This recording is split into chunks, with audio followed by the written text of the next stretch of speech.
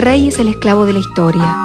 La historia, es decir, la vida inconsciente común a todo el enjambre humano, se aprovecha de cada movimiento de la vida de los reyes como un arma para conseguir sus fines. Según las palabras escritas por León Tolstoy en La Guerra y la Paz, los hombres no pueden decidir el curso de la historia. El gran escritor se encontró, al final de su vida, con que su obra tenía vida propia y él no podía detenerla. La gente hablaba de Natasha Rostova o de Pierre Besukhov como si realmente hubieran existido, y una princesa le escribía pidiéndole noticias de Andrei Bolkonsky. Él mismo se había convertido en un personaje de su invención y su vida, en la novela más apasionante.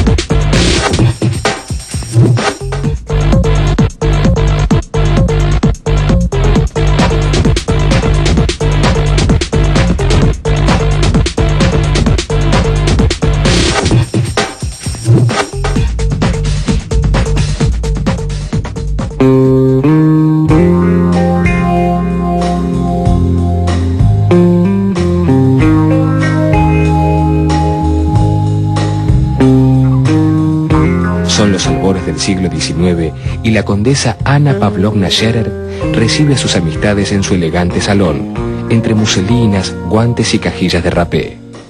Nada parece perturbar la paz de la nobleza rusa. Conversan en francés acerca de los jóvenes, las oportunidades de casamiento o del imperio de Bonaparte, que se expande por toda Europa. La amenaza de una invasión por parte de un país tan civilizado y admirado como Francia no parece del todo mala. Sin embargo, una sombra oscurece el futuro de todos ellos, una sombra que iguala a nobles y villanos frente a la muerte. Es la guerra que se apresta a quebrar la idílica paz.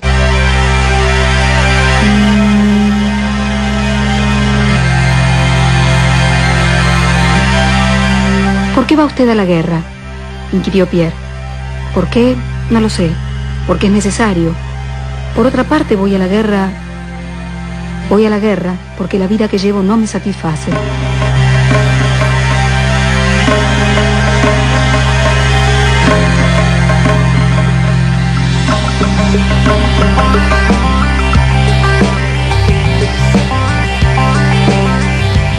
León Tolstoy conocía de cerca la experiencia de la guerra y, al igual que la aristocracia rusa retratada por él, había tenido una vida disipada y despreocupada.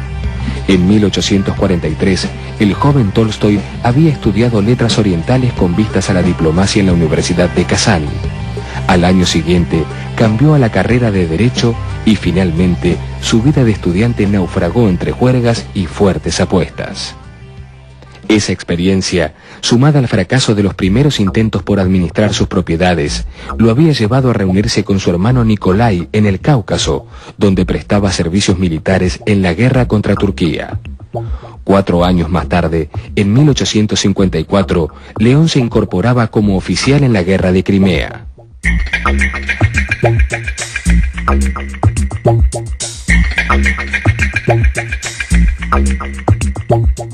La guerra me ha interesado siempre.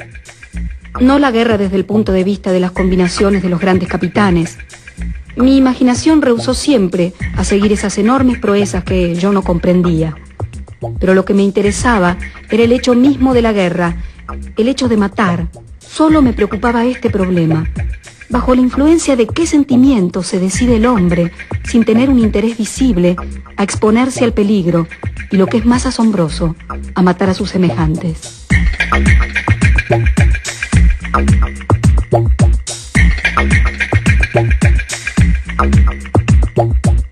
El conde Lev Nikolayevich Tolstoy pertenecía a la más antigua nobleza rusa. Huérfano desde muy pequeño, había crecido junto a sus hermanos Nikolai, Sergei, Dmitri y María, en la finca donde naciera el 28 de agosto de 1828.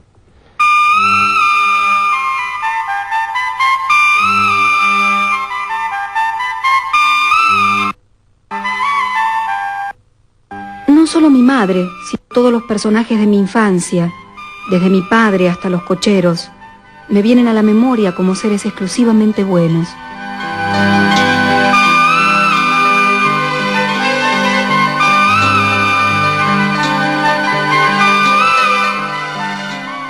Además de pasear por el bosque y leer libros en voz alta, se mantenía vivo el recuerdo de la infancia y juventud de sus padres, como si la Rusia de entonces no hubiera cambiado en nada. Estas memorias artificialmente recreadas servirán a Tolstói para situar su más grande obra literaria. En 1864, mientras se recupera de la caída de un caballo que le ha roto el brazo, empieza a escribir las primeras páginas de una novela histórica con el título provisorio de El año 1805, que se publica por entregas en la revista El Mensajero Ruso. 5 años más tarde, terminará el sexto y último tomo del libro, cuyo título definitivo es La guerra y la paz.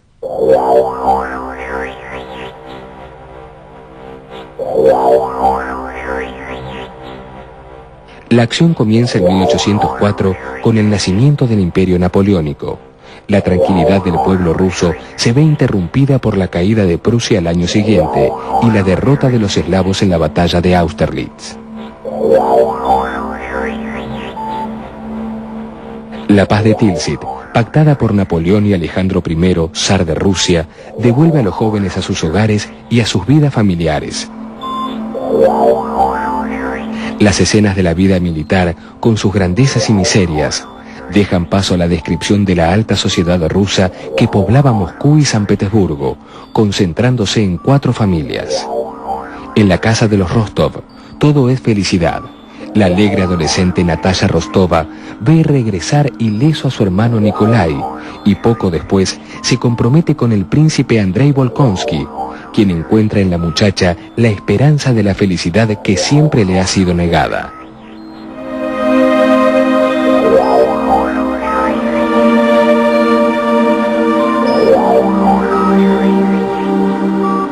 Poco antes de casarse, Natasha se entrega al fugaz amor de otro hombre y rompe su compromiso. Nuevamente la guerra irrumpe en la vida de la nobleza y de todo el pueblo ruso. En 1812, los ejércitos franceses invaden Rusia y la guerra se reanuda. Cuando los invasores llegan a Moscú, se encuentran con una ciudad abandonada y en llamas.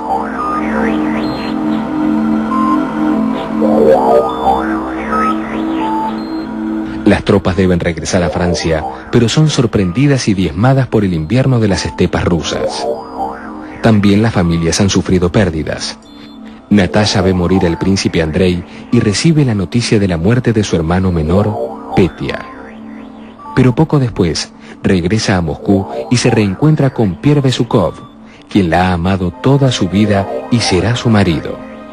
En el epílogo de la obra, han pasado 13 años y la nobleza rusa, incentivada por algunas conspiraciones e ideas liberales francesas, se alza ahora contra el místico Alejandro I, que descuida su gobierno y permite que sus favoritos saqueen las arcas reales.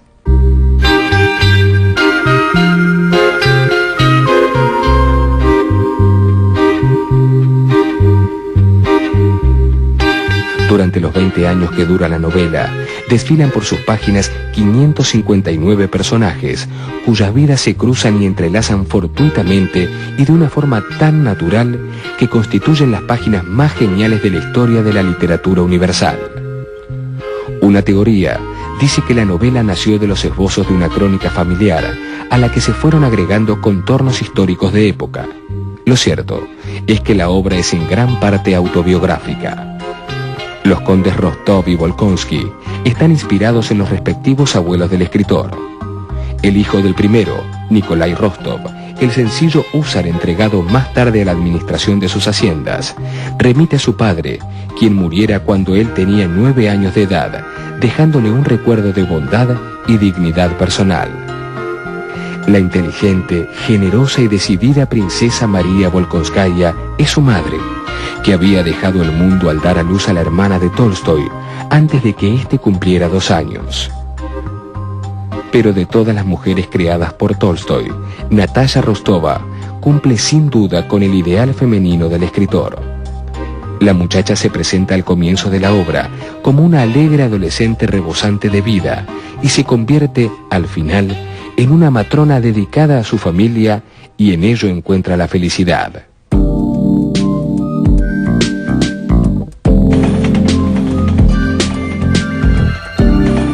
Si bien todos los personajes de la novela tienen algún rasgo de su creador, el personaje de Piotr Besukhov, más conocido como Pierre, trasluce las propias contradicciones de Tolstoy, sus ambigüedades y temores. Al igual que este, de joven, Pierre se dedica a la vida disipada, aunque busca permanentemente el sentido de la vida en la filantropía, las logias masónicas o el amor romántico por Natasha. Cuando llega a Rusia desde París, donde se ha criado, admira al gran Napoleón. Pero luego de haber presenciado las batallas y ante el paisaje de Moscú en llamas y saqueada en manos del usurpador, ya no piensa lo mismo.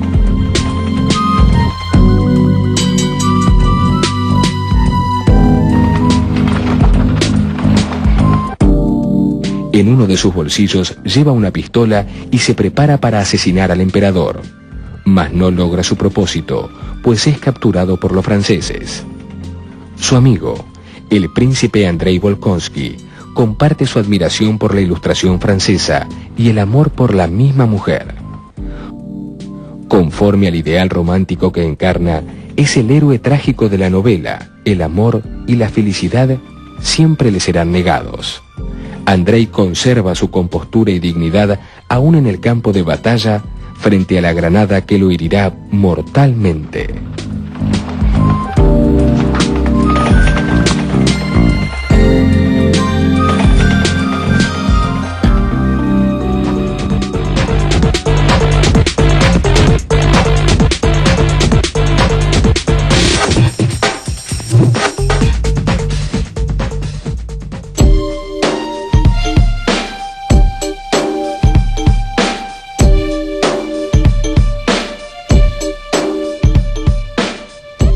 Quizás el mayor logro de la obra es la forma en que estos personajes de extraordinario realismo se entremezclan con personajes reales.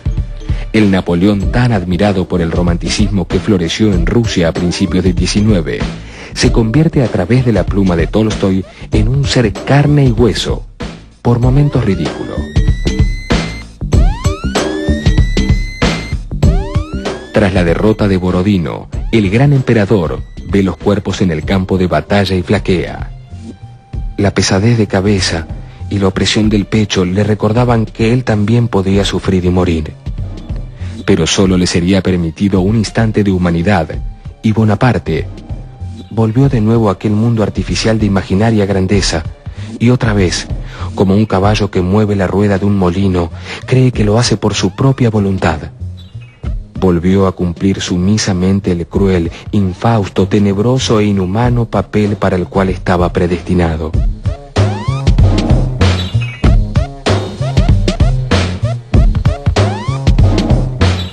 Según la filosofía de la historia de León Tolstoy, que aparece a modo de ensayo en muchos pasajes de la obra, ningún rey o emperador puede conducir el curso de la historia, sino que ésta lo utiliza como un instrumento para conseguir sus fines.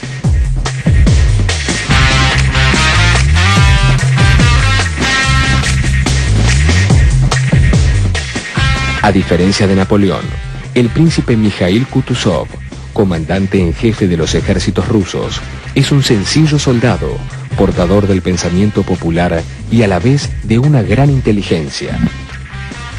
El gran héroe de la guerra rusa, cuya divisa es paciencia y tiempo, sabe desoír a los consejeros del zar y decide sacrificar Moscú para poder más tarde expulsar a Napoleón, empleando sabiamente todos sus esfuerzos, no en matar y exterminar hombres, sino en salvarlos y compadecerse de ellos.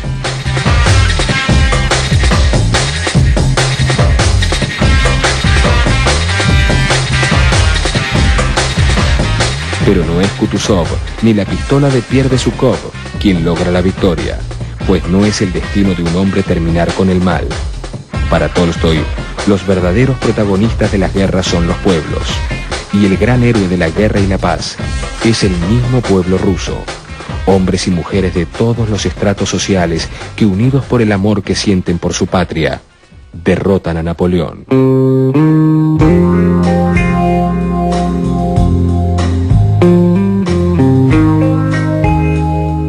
Cuando León Tolstoy comenzó a escribir su obra cumbre, en 1864, era ya un escritor reconocido.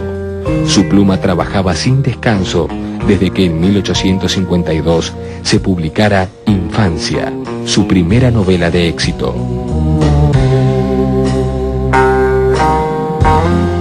Luego había escrito algunos relatos de guerra por cuya lectura había llorado la zarina y el zar Alejandro II, ordenando que se retirara del frente de batalla a su autor para preservar su vida. En 1862, a la edad de 34 años, en menos de un mes, se había enamorado y casado con una hermosa joven de 18, Sofía Andreyevna Bers.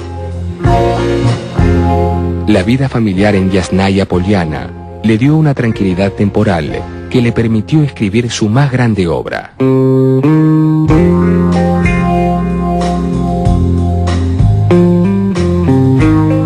Sonia, como la llamaban todos, madre de los 13 hijos del escritor, se ocupó de la casa y lo ayudó transcribiendo la caligrafía que solo ella entendía.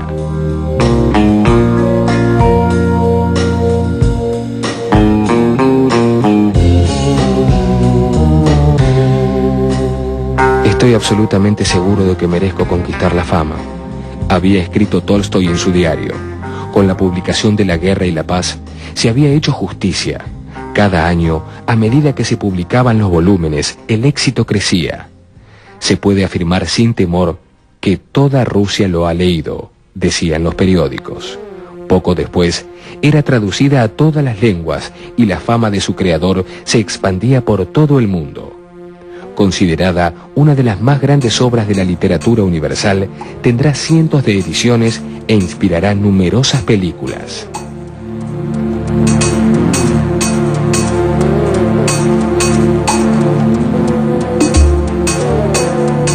El ambiente literario de su época también le abrió los brazos.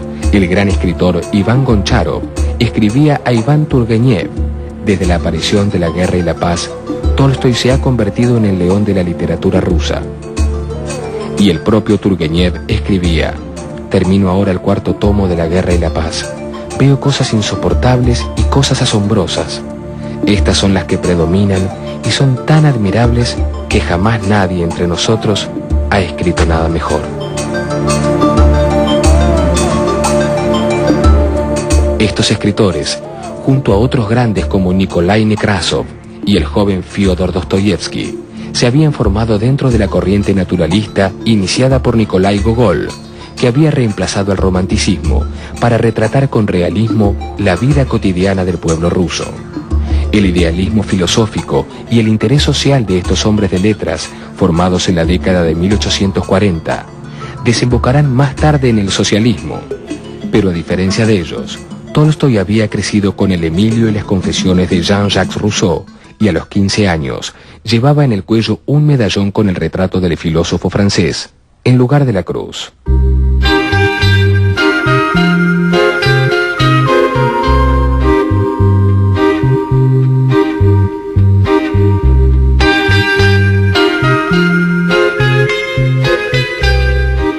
Había un aspecto del noble escritor que era duramente criticado por los otros literatos y que más adelante terminaría enfrentándolo con la Iglesia, el gobierno y con su esposa. En la última parte de La Guerra y la Paz se anunciaba el Tolstoy moralista, que predominará por sobre el artista a partir de la publicación de Confesión en 1880, donde asegura haber renunciado a todas las vanidades terrenas, entre ellas la literatura.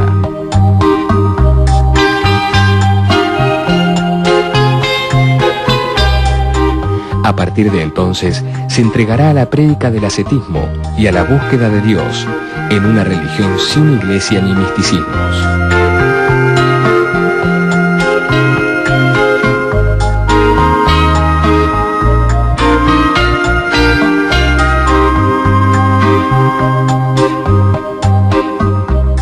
En sus escritos, aboga por la abolición de la propiedad privada de la tierra y la instauración de la libertad de pensamiento. Tales ideas le valen la excomunión por parte de la Iglesia Ortodoxa y la censura del gobierno. Su nombre es asociado con el socialismo y el anarquismo. En 1878 se opone a la intervención de Rusia en la guerra serbo-turca y su postura antinacionalista le vale la desaprobación del zar, que prohíbe su ensayo titulado ¿Qué debemos hacer?, y declara peligrosísimo ¿En qué consiste mi fe? Sin embargo, sus ensayos morales y políticos seguirán distribuyéndose en forma clandestina.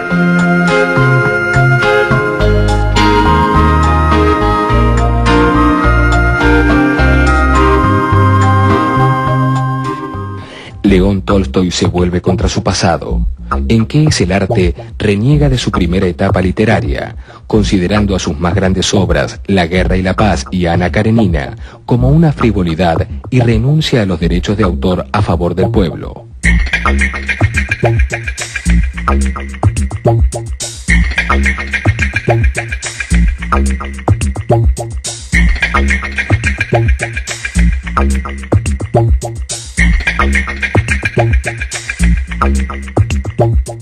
Turgenev, a punto de morir, le escribe: Estoy orgulloso de haber sido contemporáneo suyo, para dirigirle un último ruego.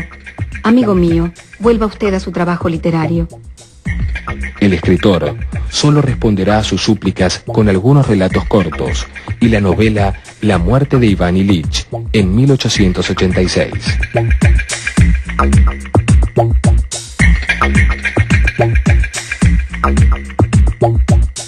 Con el tiempo, su vida va cambiando. Dedica mucho tiempo a la revolucionaria escuela rusoniana que ha fundado en Yasnaya Poliana para los hijos de los campesinos. Lee una y otra vez a los filósofos griegos y escribe sus primeros relatos destinados a un público popular, como El prisionero del Cáucaso, antecesor en lenguaje de los posteriores cuentos populares.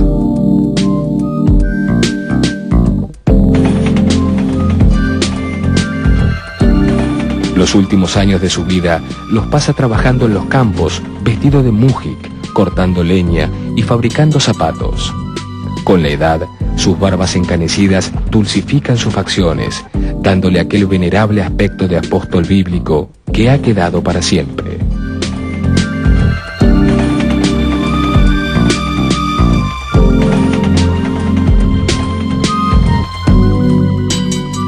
Sin embargo, Tolstoy no logra poner de acuerdo su conducta con su ideal de vida, como señalara otro gran escritor, Vladimir Nabokov.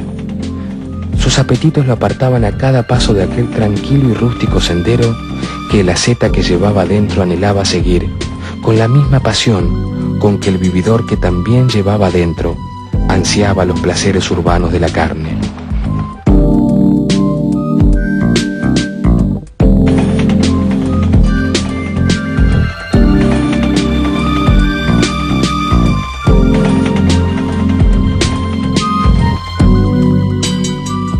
A pesar de abogar por la abstinencia sexual, el escritor mantendrá relaciones con su mujer hasta su vejez.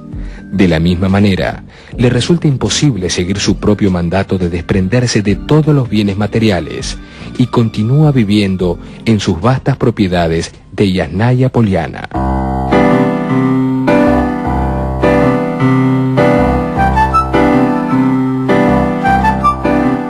Solo al final de sus días, toma la decisión. Rusia ha cambiado en los últimos años. Campesinos y obreros se agitan en las calles. La revolución de 1905 anuncia la de octubre, que tendrá lugar 12 años más tarde. Tolstoy también decide dar un nuevo rumbo a su vida. El 28 de octubre de 1910, tras 48 años de matrimonio, le escribe a su mujer: No puedo seguir viviendo en el lujo que me ha rodeado hasta hoy. Hago lo que hacen habitualmente los viejos a mi edad: renunciar al mundo para vivir en soledad y recogimiento los últimos días de mi existencia. En compañía de su hija Alexandra y su médico personal, el conde León Tolstoy huye hacia un monasterio al que nunca llegará.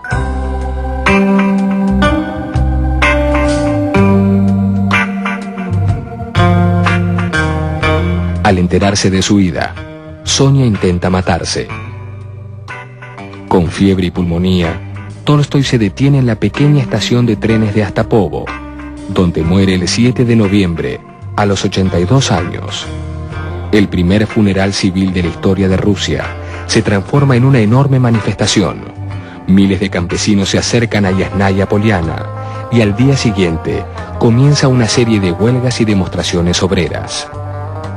Luego de tantos años de lucha, Tolstoy encuentra al final de su vida lo que tanto ha buscado: la compañía de simples campesinos y la paz en un sencillo cúmulo de tierra en el bosque de Stary Sakas.